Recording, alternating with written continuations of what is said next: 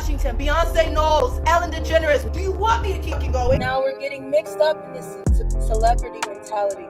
Some people are saying that I was in the Run This Town video with Jay-Z in 2009. Now I'm going to tell you that when my mom finally showed me the picture, I had to double take. People built these tunnels. There's a lot. Elite celebrities, they go down there for parties underneath the Getty. Ally Carter has stepped forward with accusations that not only implicate Diddy, but also name some of Hollywood's most powerful men. Denzel Washington, Beyonce Knowles, Ellen DeGeneres. Do you want me to keep going? I don't want anybody's money. From alleged secret parties to tunnels hidden beneath the Playboy Mansion, there's no limit to the secrets she's spilling. Now we're getting mixed up in this celebrity mentality.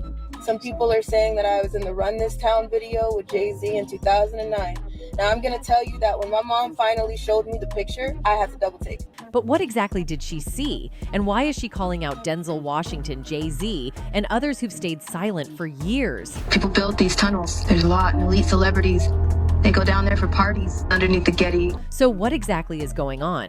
Ally Carter has been making waves by speaking out about what she calls the dark side of Diddy's lifestyle, and she's not holding back. She claims Diddy isn't just guilty of inappropriate behavior. She says he's connected to a hidden network involving some of Hollywood's most powerful names.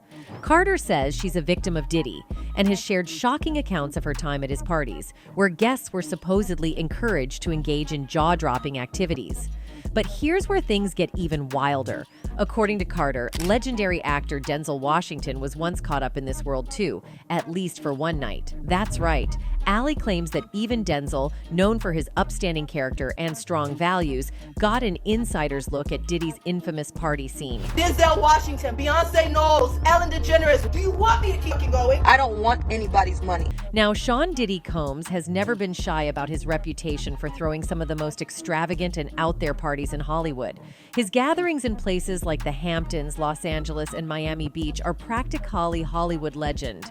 They're known for their wild energy and exclusivity, attracting A-listers from across the entertainment world. But these parties apparently cross the line, even by Hollywood standards. And it sounds like Denzel Washington saw this firsthand. The story goes that he and his wife Pauletta were invited to one of Diddy's bashes back in the early 2000s. According to insiders, the night was all glitz and glamour at first. But as the hours went by, things reportedly took a darker turn. Denzel, who was raised with strong values and speaks openly about his faith, was not impressed. In fact, around dawn, he'd had enough. According to sources, he confronted Diddy directly, shouting, "You don't respect anyone," before he and Pauletta stormed out of the party. What exactly set Denzel off isn't clear, but his reaction suggests he witnessed something that went against everything he stands for. Denzel's known for staying grounded, and this incident only adds to his reputation as someone who doesn't tolerate disrespect or cross the line for the sake of Hollywood glitz. Like, we here to try to raise money for these, mosquito bed nets. So if you don't understand, just imagine living in Africa and your little infant child. The event reportedly took place in 2003 at one of Diddy's lavish mansions, though it's unclear if it was in the Hamptons, Los Angeles, or Miami. Diddy's parties have often been described as freak-offs, events where anything goes and the host's desires seem to take center stage. This atmosphere may attract some of Hollywood's elite, but it's clear it wasn't Denzel's cup of tea. Denzel, who has always been outspoken about staying true to his faith and values, was disturbed by what he saw. According to witnesses, as the party progressed, things got wilder, pushing Denzel's discomfort to the breaking point. By dawn, he'd seen enough. He took a stand, calling out Diddy and leaving with his wife, sending a strong message that not everyone in Hollywood plays by the same rules. How you doing, Denzel? How you doing tonight, man?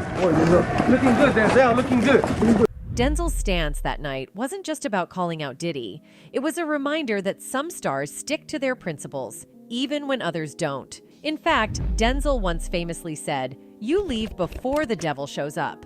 And if the rumors about Diddy's parties are true, Denzel didn't just leave early, he left with his dignity intact. Denzel always told me we'd be at the parties. He said, "You leave 30 minutes for the devil get there." Anyway, Ally Carter did not just call out Denzel.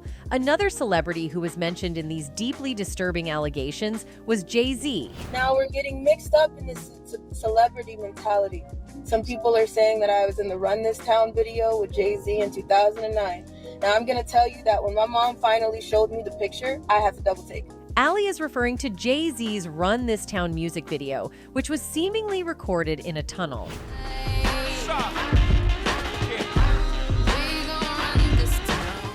Anyway, Ali Carter went further to suggest that Diddy's connections to Jay-Z go deeper than anyone suspects, hinting at a network of tunnels under places like the Playboy Mansion. These tunnels, according to Carter, weren't just passages, but were allegedly used for some of the most disturbing encounters imaginable. People build these tunnels. There's a lot, and elite celebrities, they go down there for parties underneath the Getty. Ali Carter isn't alone in these claims. Reports over the years have hinted at a series of secret passageways and tunnels beneath Hollywood's elite neighborhoods, connecting everything from celebrity mansions to exclusive clubs. For context, back in the mid-2010s, whispers started swirling about some super-secret underground tunnels supposedly connecting Diddy's place to the infamous Playboy Mansion. The rumor mill kicked into high gear right around the time Diddy dropped $40 million on a swanky mansion in the same neighborhood as Playboy's notorious estate in 2014. Coincidence? Some folks thought not. Apparently, these hush-hush tunnels were designed to let Diddy slip over to the mansion whenever he wanted, dodging the paparazzi and avoiding the spotlight. But let's be real. No one's actually come forward with proof of these underground VIP lanes, so it's all just rumors for now. But here's where it gets even more interesting. Playboy wasn't exactly rolling out the welcome mat for just anyone back in the day.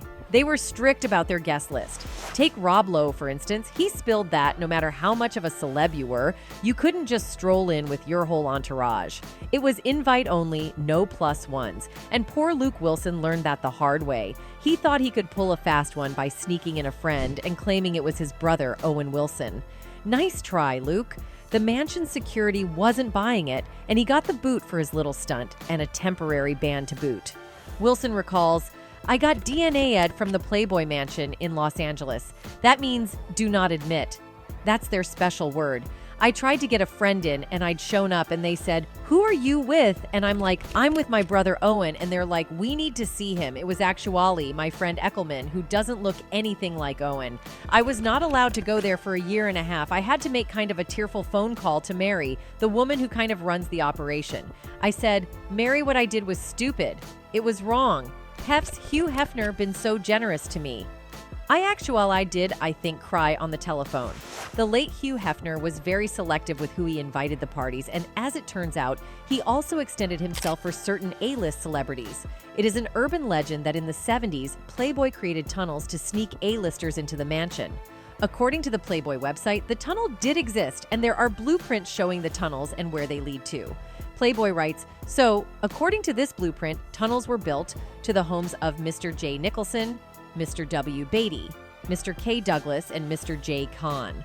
We'll go ahead and assume they're talking about Jack Nicholson, Warren Beatty, Kirk Douglas, and James Kahn, all of whom lived near the Playboy Mansion during the late 1970s and early 1980s.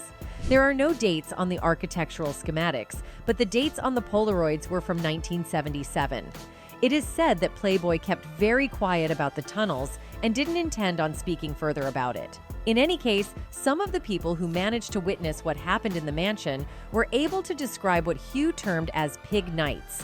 According to his employees, the editor-in-chief held the bash on Thursday nights. However, they would look the other way while Hefner did all sorts of crazy stuff. And the guys on the mansion list were expected to bring women. They were ranked.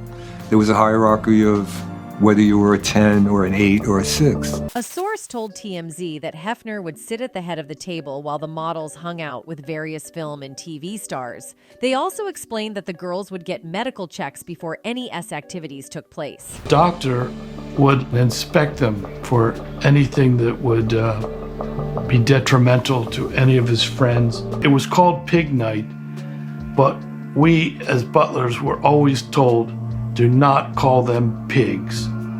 This was Hefner's term for them. Life inside the Playboy Mansion was far from glamorous, as former Playboy models and girlfriends of Hugh Hefner have revealed. What often started as an exclusive dinner party would quickly turn into chaotic gatherings, complete with unusual rituals and rules that made life in the mansion more confining than it appeared. Over the years, several former playmates have shared experiences that paint a much darker picture of life in the mansion. Holly Madison, one of Hefner's former girlfriends, opened up about feeling trapped, saying that the mansion's metal gate, known for keeping the public out, felt more like it was meant to keep her locked in. In her book, Down the Rabbit Hole, she described Hefner's private gatherings as anything but intimate or romantic, with everyone following his rules and dressing in matching outfits. Holly described her interactions with him as devoid of connection, recalling little more than feeling a heavy weight on her. Jealousy and rivalry among the girlfriends were also common, and this intensified once Holly became Hefner's #1 girlfriend. According to her, this status caused a shift, with other playmates who previously mocked her suddenly acting friendly and seeking her favor. She wasn't alone in feeling the pressure to fit in or keep up with unrealistic standards. Kendra Wilkinson, another former girlfriend, discussed her struggle with the experience as well. She was 18 when she first met Hefner, who was 78 at the time, and described feeling like her interactions with him were a job she had to clock in and out of. She mentioned needing alcohol or marijuana to get through nights at the mansion, and even recalled a time when Hefner suggested she lose weight, making her feel even more insecure in an environment focused heavily on appearance. Playmate Isabella St. James shared similarly uncomfortable memories, recalling a weekly ritual where she and other girls had to visit Hefner's room to receive their allowance.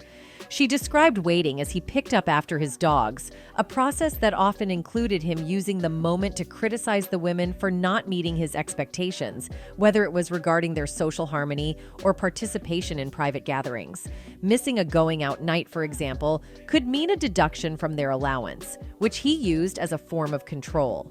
Carla Howe, another former Playboy model, added that they had a strict 9 p.m. curfew and weren't allowed to invite friends over, isolating them from life outside the mansion. Everyone, it's their dream to go to that type of party in their lifetime, so it's amazing that I've actually got to experience and live that to the full. She told The Sun the house was more like an old people's home than a haven for wild S. The British beauty said, "He almost never leaves home and refuses to change anything in the mansion, so the whole place feels like it's stuck in the 1980s. There is no velvet or gold and all the carpets are brown and curling." And Carla's twin, Melissa, added that there were strict rules all the women have to follow while they're living in the 22-bedroom mansion.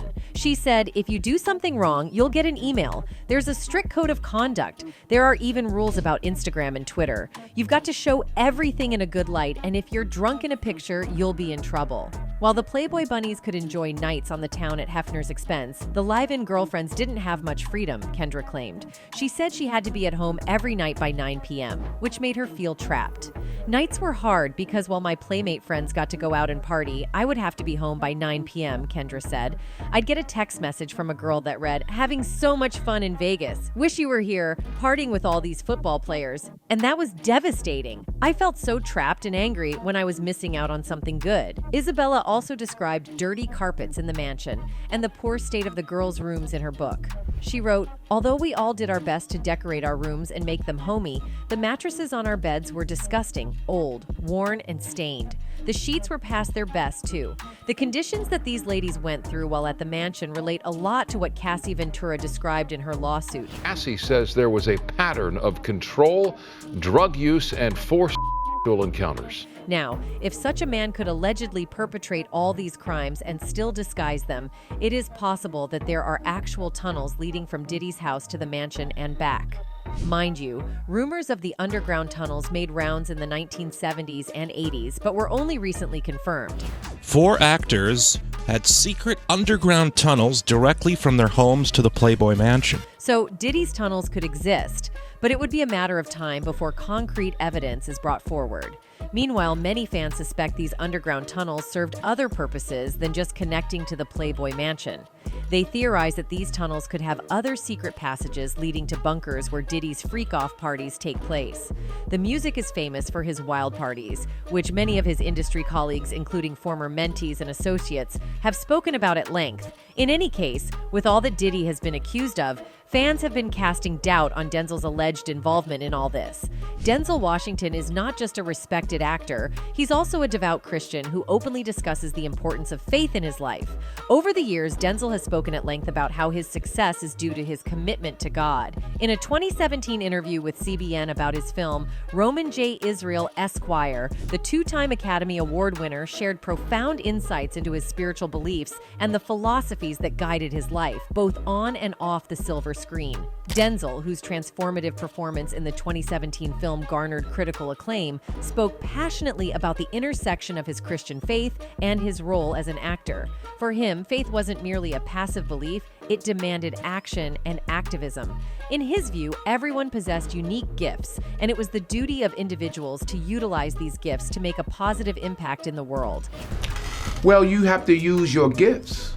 You know, faith without works. Denzel emphasized during the interview, highlighting the significance of pairing belief with action. However, he also acknowledged that not everyone needed to be an activist in the traditional sense. Denzel recalled a prophetic message from a woman who foresaw his global influence, not as a preacher in the pulpit, but as a speaker through his work. This revelation inspired him to use his platform in the entertainment industry to spread messages of hope, love, and faith. When Denzel questioned his pastor about his purpose, wondering if he was meant to become a preacher, the response was profound. "You already have a pulpit." That one line hit Denzel hard, making him realize he didn't need a church to spread good and make an impact. He was already doing that on the big screen, reaching people all over the world. So, with a mix of humility and confidence, Denzel took on a new mission, using his work to inspire, provoke thought, and make a difference. In his movie Roman J. Israel ESQ, Denzel didn't just play a character. He brought some real-life faith into the role. The character's name and storyline were loaded with subtle nods to the scriptures, showing just how much Denzel believes in the power of storytelling to touch on faith and humanity. This is funny just to think. 3 Mondays ago, I didn't know either one of you. Justice is at the heart of the film, with Denzel's character constantly grappling with what it truly means. Throughout the story, Roman questions his own understanding of justice, sparking a conversation about how humans often see justice versus how God might see it. In the Bible, God's justice is depicted as fair and unbiased, standing above human opinion. This theme added serious depth to the character and gave viewers something to think about. What does true justice really look like in our complicated world? But Roman J. Israel Esquire was more than just a film. It was a way for Denzel to reflect his values on the screen, challenging viewers to think deeply about faith, morals, and justice. For Denzel, it was also a way of showing that no matter the role, he sees his work as a chance to put a little more goodness into the world. On top of all that, Denzel has been open about his own spiritual journey, which has kept him grounded amid Hollywood's glittering parties and intense pressures. His story shows how powerful faith can be when it comes to staying true to yourself and resisting temptation. Growing up, Denzel's father was a dedicated man of faith, teaching him the values that have stuck with him for life. This strong foundation would help Denzel navigate the ups and downs of his early career. Then, in the early 1980s, Denzel hit a turning point. He found himself torn between the glamour of Hollywood and the deeper calling of his faith. It was a struggle lots of people face, balancing the material world with something more spiritual. But Denzel experienced several moments that drew him closer to his faith, each one nudging him away from the Hollywood party scene. One of these pivotal moments happened when he went to church with director Robert Townsend. During the service, something inside Denzel pushed him to step forward to the altar, and in that vulnerable moment, he let go. He shared later that in the prayer room, he felt something powerful and supernatural, like he was floating, and his cheeks filled with an incredible sensation. It was a profound experience, one he couldn't easily explain, but it left an indelible mark on his soul. This journey has guided him through life and career, and it's something he's carried into his work, reminding us all that you don't have to be perfect to have a purpose. You just have to keep listening and learning. You know, this time I'm just going to go down there and give it up and see what happens. And I went in the prayer room and gave it up and let go. And experience something I've never experienced in my life. Despite this powerful encounter, Denzel confessed that he wasn't immediately prepared to fully embrace this newfound spirituality. He acknowledged the struggle within himself, attempting to reconcile his spiritual awakening with the temptations of the entertainment industry. Yet the memory of that transformative moment stayed with him, serving as a grounding force even in the face of immense fame and worldly distractions. Denzel's spiritual journey was not without its challenges. He candidly admitted to succumbing to the allure of materialism and indulging in what he refers to as spiritual muggings. However, in an industry where morality is often sacrificed for success, Denzel has remained true to his beliefs. In any case, Ali Carter's allegations have painted a chilling picture of the hidden world behind Hollywood's glitz and glamour, a world where fame, power, and influence can hide shocking secrets. From being labeled a party favor to claiming connections between Diddy, Jay-Z, and even Denzel Washington, Ali's story is both eye-opening and unsettling. And yet, with every accusation, we're left with more questions than answers. Why are so many powerful figures named in her story? What did Denzel allegedly see that made him walk away? And what about these secret tunnels that seem to link Hollywood's elite to a darker underworld? Only time will tell. Anyway, that's it for this video, folks. Bye.